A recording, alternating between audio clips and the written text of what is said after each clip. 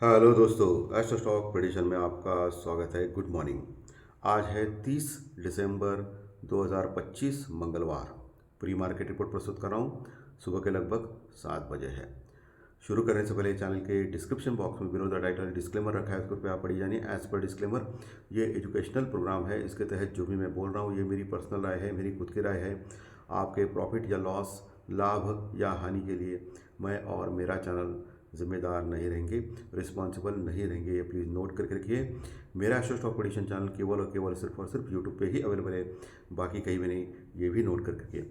और किसी भी इन्वेस्टमेंट या ट्रेडिंग के पहले शेयर मार्केट में आप किसी अच्छे फाइनेंशियल एडवाइजर से कंसल्ट कर सकते हो, एडवाइस दे सकते हो, ताकि आपको लॉस ना हो। चलिए दोस्तों, शुरू करेंगे। दोस्तों, कल अमेरिकन मार्केट लगभग 250 पॉइंट माइनस में क्लोज हो गया। इसकी मेन वजह थी प्रॉफिट बुकिंग और मेटल्स में उधर वहाँ ट्रेडिंग करने के लिए मार्जिन लेवल बढ़ा दिया गया उनके एक्सचेंज से। इसलिए कल आपने देखा कि मेटल्स, गोल्ड, सिल्वर जो भी है वो बहुत बुरी तरह गिर गए थे और मार्केट भी 250 पॉइंट माइनस में क्लोज हो गया था अमेरिकन मार्केट। आज अमेरिकन मार्केट में बेहद इंपॉर्टेंट डाटा आने वाले हैं। आज अमेरिकन मार्केट में फेड के मिनट्स आने वाले हैं। फेड यानी हमारे यहाँ जैसा आरबीआई होता है, रिजर्व बैंक ऑफ इंडिया, वहाँ फेड होता है। उसके मिनट्स आने वाले हैं। उसमें अमेरिका की इकोनॉमी के बारे में, इन्फ्लेशन के बारे में, आने वाले ग्रोथ के बारे में और आने वाले ब्याज दरों में क्या हो सकता है, कपात हो सकती है या बढ़ सकते हैं, इन सभी के बारे में उसमें मेंशन होगा। और इसी वजह से आज का बेहद दिन इम्पोर्टेंट है अमेरिका में। उसका जो फ़र्क है वो कल ग्लोबल मार्केट के ऊपर पड़ सकता है। और ट्रंप ने तो क्लियरली बोला है कि जो फेड के चेयरमैन है पावेल, उनको रिज़ाइन करना चाहिए, क्योंकि आपको तो सबको पता है कि फेड के चेयरमैन पावेल और ट्रंप के बीच में बनती नहीं है और वैसे भी उनका कार्यकाल अभी ख़त्म होने वाला है। तो ये एक अनसर्टिनिटी है कि कौन नया बनेगा और बनने के बाद क्या होगा। ये एक समस्या वहाँ अभी दिखाई दे रही है। हालांकि आज सुबह डाउ फ्यूचर प्लस में चल रहे, 10-20 पॉइंट प्लस में चल रहे हैं। एशियन मार्केट में जापानीज़ मार्केट जो है वो 100 पॉइंट माइनस में चल रहा है। बाकी के मार्केट फ्लैट है। यूरोपियन फ्यूचर भी फ्लैट टू निगेटिव चल रहे हैं दोस्तों। और हमारा जो गिफ्ट निफ्टी है वो लगभग 20 पॉइंट माइनस में चल रहा है, 20 पॉइंट माइनस में चल रहा है आज सुबह 7 बजे। ओपन होने के बाद क्या होता है देखना पड़ेगा। सो मार्केट में कल फॉरेन इन्वेस्टर्स ने ज़्यादा बेचा और डीआई ने कम खरीदा। ये बहुत दिनों के बाद ऐसा हो गया है। हमेशा देखा गया कि एफआई की जो सेलिंग होती है उससे ज़्यादा डीआई बाय करता है, लेकिन कल क्या हो गया, कल डीआई ने कम बाय किया। 2650 करोड़, 2650 करोड़ के आसपास का माल कैश में बाय किया डीआई यानी डोमेस्टिक इन्वेस्टर यानी हमारे म्यूचुअल फंड वाले ने। और एफआई ने 2750 करोड़, 2750 करोड़ के आसपास का माल कैश में सेल किया। एफआई यानी फॉरेन इन्वेस्टर्स ने, यानी सेलिंग ज़्यादा हो गई कल। और एफआई तो कंटिन्यूस सेल कर रहा है, आपको तो पता है। और एफआई की जो लॉन्ग पोजीशन है जो 13-14% तक गई थी वो फिर से अभी 10-12% के आसपास पहुंची है। और शॉर्ट पोजीशन अभी भी इंडेक्स फ्यूचर में 88 से 90% के तक है। यानी शॉर्ट अभी भी बहुत है सिस्टम में एफआई के द्वारा जनरेट किए हुए। अभी तक वो कवर नहीं कर रहे, एक्सटेंड कर रहे हैं। और ये मंथली एक्सपायरी का आखिरी दिन है, ये तो पता है आपको। मंगलवार निफ्टी का एक्सपायरी का, सबका एक्सपायरी का दिन है। आज वो कवर करेंगे ऐसा तो नहीं लग रहा है, लेकिन अगर कवर करेंगे थोड़ा बहुत तो बहुत बड़ी रैली आ सकती है। वैसे भी पुट कॉल रेशो जो है निफ्टी का वो अभी 0.68 के ऊपर है, ओवरसोल्ड है, यानी काफ़ी ओवरसोल्ड है।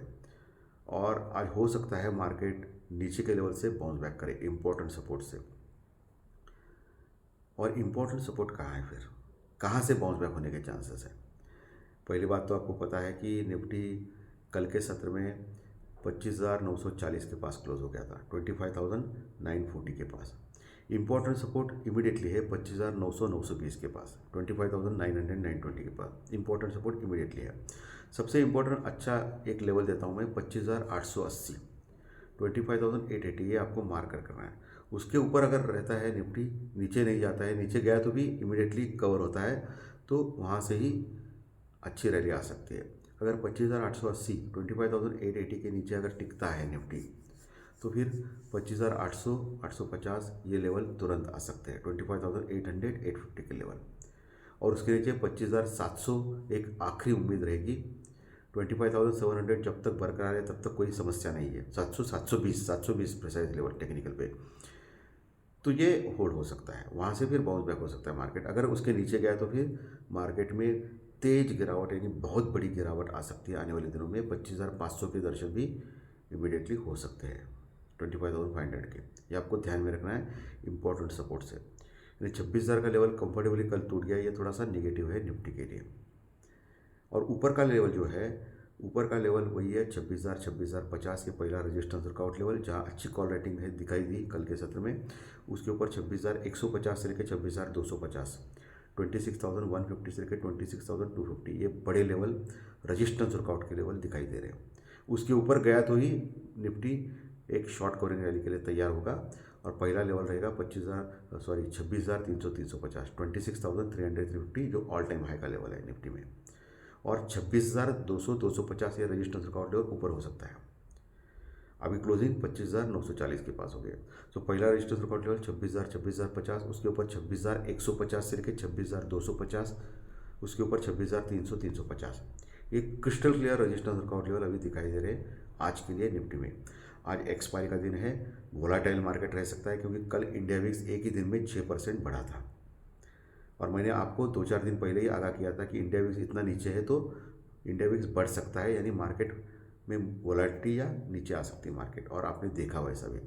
तो टेक्निकल के ऊपर वो क्लियरली दिख रहा था और 9.70 के पास पहुंचा है इंडिया विक्स। तो आज इसके ऊपर भी आपको ध्यान रखना है। प्लस पुट कॉल रेशो बहुत नीचे है तो ओवर सोल्ड है, तो नीचे से बाउंस बैक हो सकता है मार्केट, लेकिन ऊपर टिकेगा या नहीं ये कहना मुश्किल है क्योंकि ऊपर के लेवल पे ऑनलाइन अभी काम कर रहे, छुट्टी पे गए हैं एफआई, लेकिन वो सेल कर रहे हैं। ऊपर के लेवल पे वो टिक नहीं दे रहे हैं मार्केट को। और डीआई का भी अभी बाइंग का जोर थोड़ा कम हो गया ऐसा लग रहा है, कल के जो आंकड़े आए थे उसके अनुसार, ठीक है। और वही अभी बैंक निफ्टी जो है 59,000 के नीचे क्लोज हो गया था, 58,930 के आसपास, 58,930 के पास, लगभग 80 पॉइंट माइनस में क्लोज हो गया था। और निफ्टी लगभग 100 पॉइंट माइनस में क्लोज हो गया था। सो नीचे 58,800 58,800 स्ट्रॉन्ग सपोर्ट है बैंक निफ्टी के लिए। उसके नीचे अगर बैंक निफ्टी गया तो फिर 58,500 600 आखिरी उम्मीद बचेगी बैंक निफ्टी में 58,500 600, जो पिछले कई दिनों से महीनों से उसी रेंज में चल रहा है। 58,500 अगर टूट जाता है तो बड़ी गिरावट होने के चांस है बैंक निफ्टी में, क्योंकि वो लेवल पिछले एक महीने से होल्ड है बैंक निफ्टी में। ऊपर का लेवल जो है वो 59,500 600, ये बड़ा रजिस्टेंस वर्कआउट लेवल पिछले एक महीने से दिखाई दे रहा है। वो लेवल जब तक ब्रेक नहीं होता है ऊपर के लेवल पे तब तक मार्केट रैली नहीं कर सकता है, शॉर्ट कवरिंग रैली नहीं आ सकती है बैंक निफ्टी में। ऊपर वैसे 59,200 रजिस्टेंस वर्कआउट लेवल, 59,200 के आसपास, उसके ऊपर 59,500 600, 59,500 600, ये लेवल आपको ध्यान में रखना है बैंक निफ्टी में। डॉलर इंडेक्स वही है 98 के पास टाइम पास कर रहा है। इंडियन रुपीज़ फिर से वीक हो गई दोस्तों, जो स्ट्रांग हो गई थी हमारी करेंसी वो फिर से गिरने लगी है। अभी फिर से 90 के पास पहुंचा है इंडियन रुपीज़, जो डॉलर के मुकाबले इंडियन रुपीज़ थोड़ा अच्छा खासा 89.30 के आसपास पहुंचा था, वो फिर से अभी 90 के पास पहुंचा है। सो इंडियन रुपीज़ का वीकनेस है, डॉलर का वीकनेस है, मेटल सब कुछ गिर गए हैं। तो आज हो सकता है इंडियन रुपीज़ और डॉलर थोड़ा कमज़ोर होने के कारण फिर से गोल्ड नीचे से बाउंस बैक करे, ओके। लेकिन ऊपर टिकेगा या नहीं ये कहना मुश्किल है, क्योंकि मार्जिन रिक्वायरमेंट अमेरिकन मार्केट में बढ़ा दिए गए हैं। तो इस चीज़ का भी ख्याल रखना चाहिए आपको, ठीक है। और बहुत सारे जो टेक्निकल लेवल्स है, न्यूज़ है, वो तो मैंने कवर किए हैं। सो आपको ब्रेंट क्रूड ऑयल, सॉरी, तो ब्रेंट क्रूड ऑयल वही है $61-62 के आसपास। ब्रेंट क्रूड ऑयल बीच में बढ़ गया था, इसका कारण था कि अमेरिका ने हमेशा की तरह ईरान को धमकाया है और बोला है कि ईरान अगर न्यूक्लियर प्लांट फिर से खड़ा करेगा तो अमेरिका फिर से ईरान का वो न्यूक्लियर प्लांट बर्बाद कर देगा। तो ये तो चलता रहता है ट्रम्प का, क्योंकि ट्रम्प तो हमेशा इसके लिए फेमस है, ओके। सो और रशिया और यूक्रेन का तो युद्ध चल रहा है अभी भी। जो थोड़े बहुत होप्स बने थे अभी वो 5-10% अभी भी प्रॉब्लम चल रही है, ऐसा यूक्रेन के प्रेसिडेंट और अमेरिका के प्रेसिडेंट ट्रम्प बोल रहे हैं। रशिया के प्रेसिडेंट ने अभी तक बात नहीं की है, पुतिन ने, ओके। अभी तो वॉर चल रहा है उसका। अमेरिका और भारत के बीच में भी ट्रेड डील का कोई पता नहीं है। अभी बातचीत करना भी बंद हो गया। कोई न्यूज़ में आता था, हमारे जो भारतीय जो अधिकारी है वो न्यूज़ में आते थे, ट्रंप न्यूज़ में आते थे। बीच में अमेरिका की तरफ से भी कोई ना कुछ अभी बहुत नज़दीक पहुँचे, हम लोग कर रहे हैं, लेकिन कुछ नहीं है। इस साल तो मुझे नहीं लगता कि होगा। अभी तो आज और कल 2 ही दिन बचे हैं। हो सकता है अगले साल अमेरिका और भारत के बीच में ट्रेड डील हो, लेकिन मुझे तो क्लियरली लगता है, जो मैं पिछले कई महीनों से लगातार बोल रहा हूँ, बहुत सारे लोगों ने, जो टीवी चैनल्स ने अमेरिका और इंडिया के बीच में ट्रेड डील होने वाली है, आज होगी कल होगी करके करके मार्केट को बढ़ा दिया था। आपको पता है कौन से चैनल है वो, ठीक है। तो उस समय भी मैं क्लियरली बोलता था कि अमेरिका और भारत के बीच में ट्रेड डील संभव बहुत ही चांसेस बहुत कम है होने वाले, क्योंकि सीधी सी बात है, रशिया से हम लोग तेल लेते हैं और ये अमेरिका को पसंद नहीं है, बराबर है। और हम लोग रशिया से तेल लेना बंद नहीं करेंगे, वो भी क्लियर है। तो ट्रेड डील कैसा होगा भाई, सीधी सी बात है। दो ऑप्शन ही है, एक तो रशिया और अमेरिका के जो रशिया और यूक्रेन के बीच में युद्ध खत्म होना चाहिए, वो तो नहीं हो रहा है। वो खत्म हो गया तो फिर ऑटोमेटिक वो ट्रेड डील हो जाएगी, क्लियर कट, फिर कोई प्रॉब्लम नहीं है। लेकिन वो नहीं हो रही ना, वो जब तक बंद नहीं होगा तब तक कैसा होगा। तो ये अनसर्टेनिटी है दोस्तों। इसीलिए इंडेक्स फ्यूचर में अपने जो शॉर्ट्स है वो बनाए हुए हैं अभी भी एफआई, वो कवर नहीं कर रहे हैं। लेकिन ये अगर न्यूज़ आ गई रशिया यूक्रेन की और ट्रेड डील की, तो बहुत बड़ी तेज़ी हमारे मार्केट में भी आ सकती है। वैसा देखा जाएगा तो जो 2025 साल था उसमें सबसे कम ग्रोथ हमारे शेयर मार्केट ने किया है वर्ल्ड में, सबसे कम, लगभग मैं बोल रहा हूँ। निफ्टी लगभग 9% सिर्फ बढ़ा है, ओके। मिड कैप ने तो बहुत कम रिटर्न दिए है, 4-5% के। स्मॉल कैप ने तो माइनस में रिटर्न दिए है इस साल। और अमेरिकन अमेरिकन जो इंडाइसेस है, डाउ जोन्स, नैस्डैक वगैरह, उन्होंने तो 50-50, 70-70%, 70%, 50% के रिटर्न दिए हैं। जापानीज़ मार्केट ने भी बहुत सारे ज़बरदस्त रिटर्न 20-30-40% के दिए हैं। बहुत सारे एशियन कंट्रीज़ ने भी ज़बरदस्त रिटर्न दिए इस बार, 20-30-40-50 ऐसे, ओके। वर्ल्ड में सभी जो इंडाइसेस है लगभग, उन्होंने बहुत अच्छा काम किया है। सिर्फ हमारा इंडियन स्टॉक मार्केट इस बार कम चला है। निफ्टी सिर्फ केवल 9% के आसपास चला है, ओके। उसमें भी मिड कैप 5%, स्मॉल कैप तो माइनस में रिटर्न दिए है। सो वर्स्ट इंडाइसेस पूरे वर्ल्ड में हमारा कह सकते हो, जिन्होंने कम रिटर्न दिए है। तो कुछ भी इतना इस साल ज़्यादा हमको मिला नहीं है निफ्टी में, ठीक है। सो अभी होप करते हैं कि अगला साल हमारे मार्केट के लिए अच्छा हो।